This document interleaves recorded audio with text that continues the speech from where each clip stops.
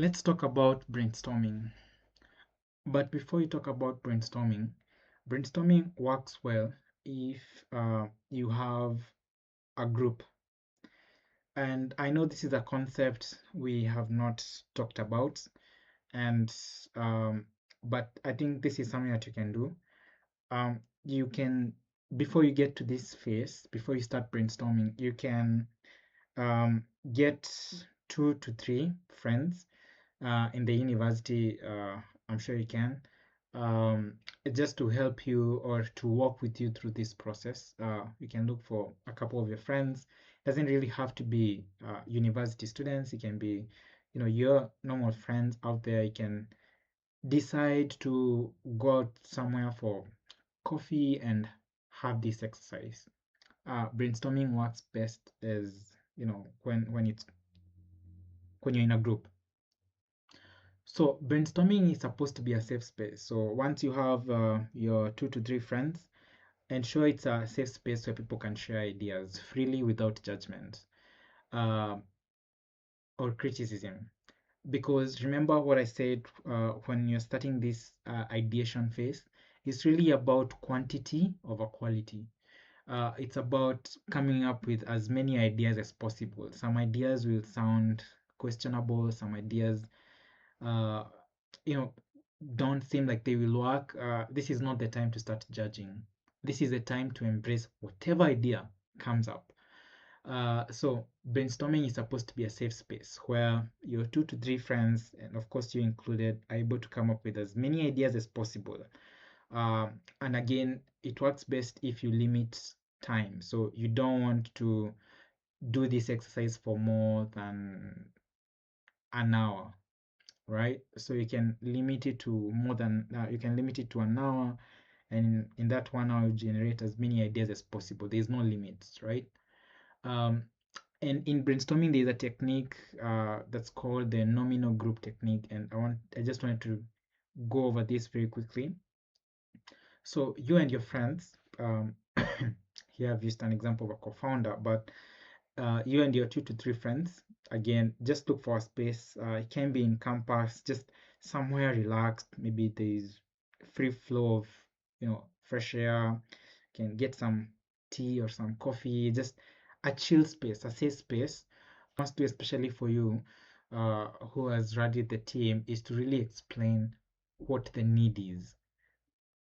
That these people need a way to, I don't know, do this so that this can happen. So the need, what is that need? Ensure that that is very, very clear. All right. So spend some time explaining the problem really, really well. Include the statistics.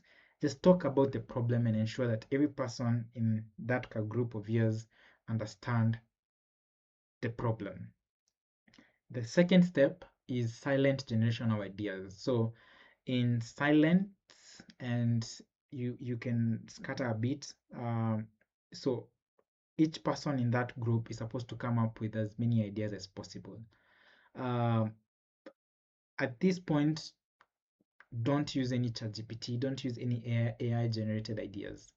Uh, so in silence, every person in that group is supposed to generate as many ideas as they possibly can. Um, at that point, it's not about obsessing kama hii idea will work or will not work. It's about just come up with any idea that can address the problem. Is it gonna be a drone? Is it gonna be a rocket? I don't know. Just come up. Don't care whether it will work or will not work. Just come up with ideas. So after that's done, you meet again together, and uh, each of you present their ideas. And at this point, remember, still no judging. So you can't just tell somebody, hey, stop, that idea does not make any sense. This is not the time for that. Just meet up, and each person has to present the ideas they have come up with. Once that's done, some ideas, you're going to notice that some ideas are similar, and some ideas, can be combined. So do that. Discuss which ideas can be combined from, the 3 or 4 of you, which ideas, some ideas, you don't have to repeat the same ideas. So again, do that again, so to limit the number of ideas. So maybe you may find that in that group together you generated 30 ideas. So this phase where you're merging ideas, similar ideas, is supposed to reduce that from 30 to maybe 20, or I don't know, 18 or 15 ideas. So then after that, after merging ideas that look similar, again, we still don't care whether they make sense or not.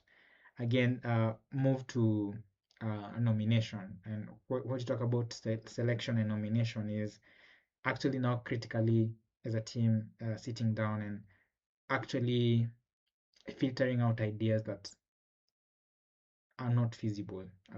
So you do that because again, you're supposed to limit that number to maybe the 10 best ideas. Remember, at the end of the day, we want the best idea. So it has to be one or two or three good ideas, maybe. So it can be 10. So you need to do an operation of filtering, merging, selecting ideas, that process. Once you have that, then you need to rank the ideas that are left. So maybe let's say you have 5 more ideas. Okay, after doing that process, you have 5 ideas. You need to rank the ideas from the best to worst. And it's very normal in this process to have what we call mental block, where all of a sudden your mind freezes and you don't have any more ideas, right? So what you can do at this point, some of the things that have worked for me is, go back to the problem. The person should, the leader of the group should explain the problem again, just to get that restarted. Uh, Again, take a break. And once you do that, sometimes it helps. When you take a break, that helps. So I've already talked about all these because that's what I'm saying in a nutshell. That after you come up with as many ideas as possible, you need to again combine ideas that are similar.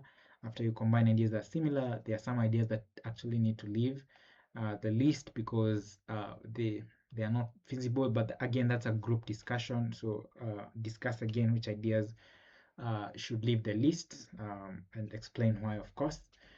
Um, and then talk about idea selection again using filtering and sorting and merging, because at the end of the day you want the top 3 ideas, and then you can rank them from the best to the worst. That number one, the best idea; number two, the second best. That way. This phase calls for tough choices because again you're working with 3 or 4 of your friends. Some ideas, some of your friends could believe in an idea in a way that it is painful for them to release the idea, even though they know it will not work. So sometimes it calls for tough choices. But at the same time, you need to be careful not to dismiss an idea too early before discussing its potential. So it's not about this idea will just not work, right? It's not about that. It's about actually asking yourself why will it not work, because you don't want to dismiss a very, very good idea. Remember not to fall in love with the idea, because you'll have to let go of a lot of ideas. Uh, you have to fall in love with the problem that you set out to solve. So that's the model I want you to look at. So this phase is a very continuous process, because it doesn't just end after that, sort of group setting. I found myself, especially when I'm involved in these programs, that even after this sort of setup, when I'm walking home or I'm doing some chores somewhere, then an idea just comes up, right? Or I'm doing something else, ideas keep coming, right? So the emphasis here is to come up with um, a very core idea, right? Because again, remember, even if you have the top 3 ideas, the resources are limited. You don't have enough funding to test the 3 ideas. You also don't have enough time to build 3 ideas. So at the end of the day, it's normally one idea. So the core idea here is the core thing in this phase is to come up with the core idea, the kernel of the idea. If you're obsessed about solving the problem, I'm telling you that even when you're sleeping, you're gonna find yourself, your mind still running. What more can we do? How can we solve this?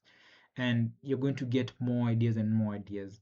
The technique is, as you continue to get more ideas and as people continue advising you about other ideas, is to really again focus on the core idea, and then other ideas come to build on on this top idea, right? Again, it's that one offering. It has to look like that. For example, when you talk about Uber, again, it's really just about moving you from point A to point B. uh, it's about logistics, right? Moving you from point A to point B in an affordable, transparent way. Um, but then there has been so many other ideas on that have been heaped on top of Uber to make it better. Talk about I don't know, like discounts to improve traction. Talk about other products on top, like Uber Eats. Talk about other products on top, like Uber Corporate for corporate people. So, but again, the core idea is still, right? Moving things or moving people from point A to point B. That's the core idea, right? Through this platform, software platform, and then other ideas come to build on top of that, right? So the aim of this session of brainstorming is to come up with that core idea, and then other ideas will always come and build on top of that. Yeah.